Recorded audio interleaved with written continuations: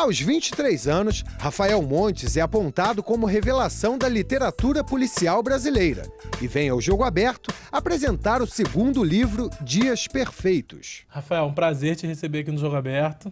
Obrigado pelo convite, é um prazer estar aqui com vocês. Agora é o seguinte, você tem apenas 23 anos, 2 livros publicados, sucesso de crítica. Como é que é assim, começar a fazer sucesso tão cedo? Esquisito pra caramba. Não, na verdade eu sempre fiz o meu trabalho, o que eu acredito que é o meu trabalho, e graças a Deus tenho tido retorno bastante positivo de venda, de crítica, como você disse. Mas o que eu tenho buscado é não pensar muito no que está por vir, né? Porque as pessoas ficam, e agora, o que você vai fazer? Você já publica para uma grande editora, já vende bem, já tem um público, já vai ser traduzido, tudo já aconteceu. E você ainda tem uma vida inteira pela frente, o que falta? Pretendo continuar fazendo meu trabalho, lentamente, cuidando do que eu acho que é importante, escrevendo o que eu acho que é pertinente e seguir em frente. Eu acho que não tem que ficar tentando calcular muito, porque se você tenta calcular, você não chega a lugar nenhum. O importante é trabalhar. E por que você resolveu esses temas assim de histórias policiais, com crimes, suicídios, sangue? É engraçado. Quando eu comecei a ler, eu comecei a ler literatura policial. Quando eu comecei a gostar de ler, ou seja, ler por prazer, não ler livro de colégio, que você é obrigado a ler, né? E aí a criança acaba quase não gostando de ler porque é obrigada a ler. Quando eu comecei a ler porque gostava, eu comecei pela literatura policial. Hoje em dia eu leio de tudo, leio não só policial, como não ficção, poesia, romance, leio de tudo, mas mantive em mim a paixão pela literatura policial, e no Brasil nós temos poucos autores policiais. Então é engraçado, quando eu começo a bolar uma história, eu já penso em quem vai morrer na história, né? Nossa. Já é automático, assim, quem eu vou matar? Pois bem, morre de fulaninho.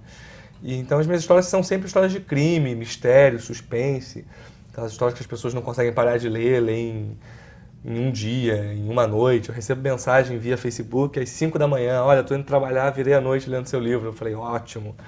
Não consegui dormir essa noite, tive pesadelo, fico ótimo, é esse o objetivo. É tudo que eu queria.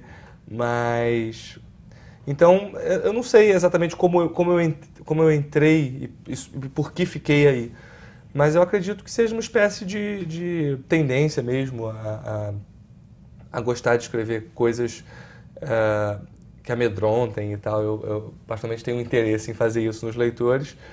E as pessoas, algumas pessoas que me conhecem pessoalmente, ficam meio desapontadas, porque elas falam, pô, você deveria ser muito mais mórbido. Eu imaginava um cara que veste preto, pinta o olho, e não alguém que fala normalmente. Você parece até normal. Mas a tua inspiração vem de onde? Assim, vem do mundo real? Do que acontece no dia a dia? Você vai misturando? O mundo real é muito pior do que o que eu escrevo. Né? Porque me interessa, eu brinco que as histórias são amedrontadoras e tal, mas me interessa muito mais o ser humano, ou seja, o crime não me interessa tanto, me interessa muito mais o que causa o crime e a consequência de um crime. E o que causa um crime são os motivos mais ordinários e mundanos possíveis, tais quais, sei lá, inveja, raiva, amor, paixão e essas coisas, vingança, tudo mais. E as consequências do crime, ou seja, como a gente reage ao fato de que não só alguém que existia deixa de existir, mas também deixa de existir de maneira tão violenta e inesperada. Então, os motivos humanos me interessam muito mais, a psicologia humana me interessa muito mais do que o próprio crime, do que a violência. Então, ainda que haja violência nos meus livros, a violência não é a causa de existir do livro, né? Rafael, conta pra gente um pouquinho da história do seu novo livro, Dias Perfeitos. Dias Perfeitos foi um livro escrito durante 3 anos, dos meus 20 aos 22, então hoje em dia eu tenho 23, o livro saiu agora em abril de 2014 pela Companhia das Letras, e foi um pedido da minha mãe, depois de ter lido Suicidas, que eu escrevesse uma história de amor. E eu escrevi Dias Perfeitos.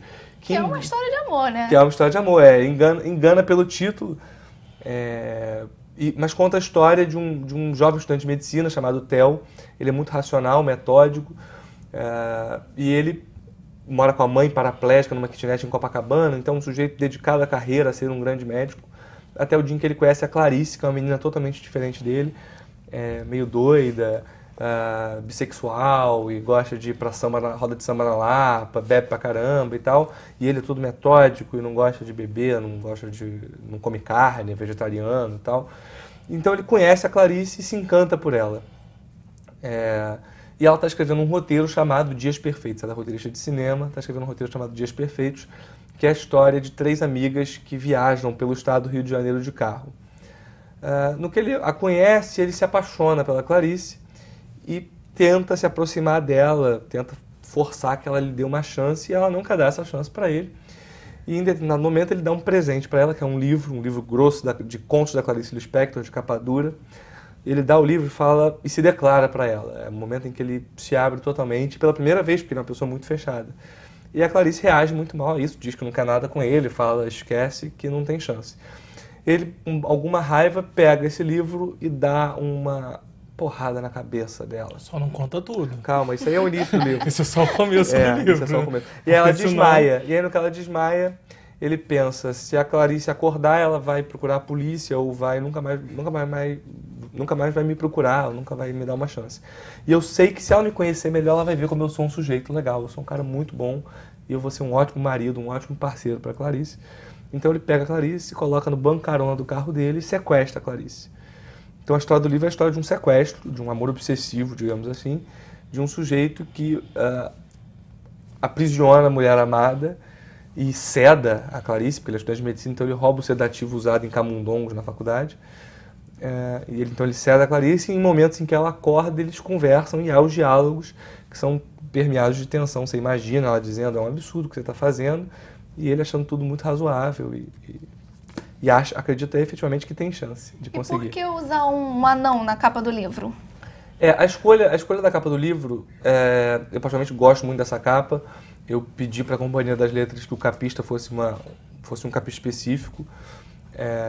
E, por um lado, a verdade é o seguinte, a gente não tem uma tradição de literatura policial no país. A Companhia das Letras tem uma coleção de literatura policial e eu não faço parte da coleção. Porque, em conversa com o editor, nós chegamos à conclusão de que a minha literatura policial não é aquela clássica. Ou seja, não tem um detetive investigando um crime. Você vê que nesse caso, por exemplo, não tem nem morte. Ele sequestra a menina e tenta convencê-la. Não tem nem assassino no final das contas. O assassino, o psicopata, é ele. Ele é o sujeito anti-herói, digamos assim, que é o anti-herói.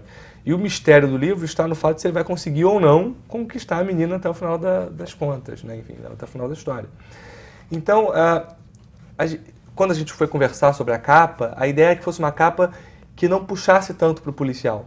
Então ela é uma capa que tem o meu nome em rosa, tem uma bola rosa, tem um anãozinho, e o anãozinho, ao mesmo tempo que ele é macabro, ele é também fofinho, mas tem um céu escuro, que já demonstra que os dias não são tão perfeitos quanto o título indica. Então, me parece que é uma capa que mostra que é um livro, digamos, obscuro, sombrio, mas ao mesmo tempo tem alguns elementos que evocam uma coisa meio de contos de fadas, é um anãozinho, de histórias românticas, o meu nome é em rosa e tem uma bola rosa. E justamente o livro é muito irônico também, é um livro que tem muito... Eu sou um sujeito muito irônico, então o livro também é muito irônico. E acho que a capa evoca um pouco isso, e não restringe tanto ao público de literatura policial. Como você mesmo disse, né, os seus livros, eles não são um romance policial clássico, né, que geralmente tem um crime, aí esse crime vai ser vamos descobrir quem é o assassino no final. Então como você define o seu gênero literário?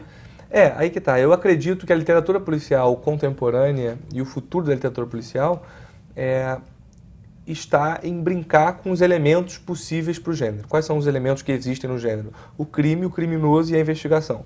Então, o romance policial tradicional é exatamente o que você disse. Começa com um crime, o livro inteiro é uma investigação, no final revela-se o criminoso. Sempre assim. Com o tempo, alguns autores passaram a brincar com esses 3 elementos e inverter as ordens. Então, por exemplo, o Talentoso Ripley, vocês conhecem o Talentoso Ripley, que é da Patricia Highsmith? Começa com o Ripley, que é um sujeito esquisito, então ele é o criminoso. Ao longo do livro ele comete um crime, e aí tem a investigação no final. Então é crime, criminoso e investigação. Criminoso, crime e investigação. Inverteu a ordem. Então eu acho que o futuro da literatura policial está em brincar com esses elementos e dar destaque para um, diminuir um pouco o outro. Então, por exemplo, no Dias Perfeitos, o foco é o criminoso. Me interessa explorar o quê? A mente dessa pessoa que sequestra alguém. Tanto que o livro é narrado, digamos, da visão dele, ainda que não seja em primeira pessoa, em terceira, eu me utilizo de um recurso chamado discurso indireto livre, de modo que, ainda que seja em terceira pessoa, quando eu acesso a voz de algum personagem, é sempre a voz dele.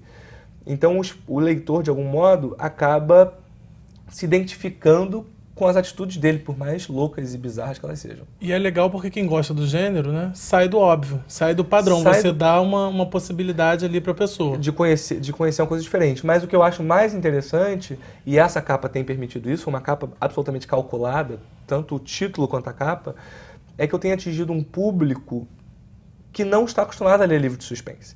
Então, eu já tive retorno, eu mantenho contato com os meus leitores via Facebook diário.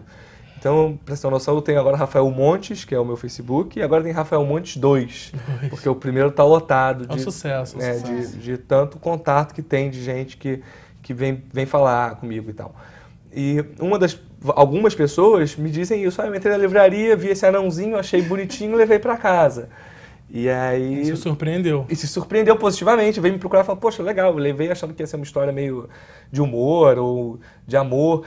Tem alguns que nem leem a orelha, só veem um anão e compram um livro. Tem outros que leem a orelha, mas na orelha está escrito que é uma história de amor obsessivo. Então a pessoa imagina que o cara vai seguir a mulher, mas ninguém imagina que ele vai sequestrar, colocar no carro e tentar convencê-la e forçá-la a gostar dele. Então, o livro tem surpreendido e atingido um público que não está acostumado a ler esse tipo de coisa. E aí vem me procurar não só para elogiar e falar, poxa, gostei, não esperava, como para pedir indicação. Poxa, e agora, o que mais eu posso conhecer nesse gênero? Para você ter uma noção, um livro policial brasileiro costuma vender 4 mil, 5 mil exemplares. O meu teve tiragem inicial de 10 mil, saiu há 2 meses e vendeu já os 10 mil. Então, por quê? Porque atingiu um público que não... além de sucesso de público, é sucesso de crítica também, né?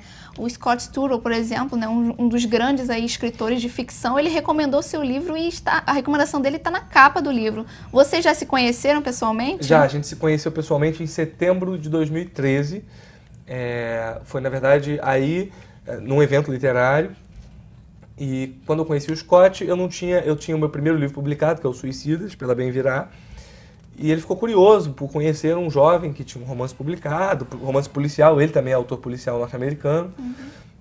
A única diferença é que ele já vendeu 30 milhões de exemplares, e eu não. Mas você chega lá, fácil. Vamos ver. Não, acho que não, mas vamos ver. Eu espero que sim. E o Scott, a gente se conheceu, e ele perguntou do que se tratava, do livro que eu estava escrevendo, que na época era o Dias Perfeitos. E quando o livro foi para a editora, para a Companhia das Letras, a Companhia das Letras começou a fazer uma tradução do Dias Perfeitos. E eu pedi ao editor, poxa, me manda essa tradução. E ele, por que você quer a tradução? Eu falei, não, me manda a tradução que você vai ver. Ele me mandou a tradução, eu mandei para o Scott, para a esposa dele, que eu também conheci nesse evento, e o Scott estava em turnê na época por causa do novo romance dele. E ele estava em turnê, então ele não tinha tempo de ler, mas a esposa leu e adorou. No que a esposa leu e adorou, vocês sabem, qualquer casal, quem é que manda? É a mulher.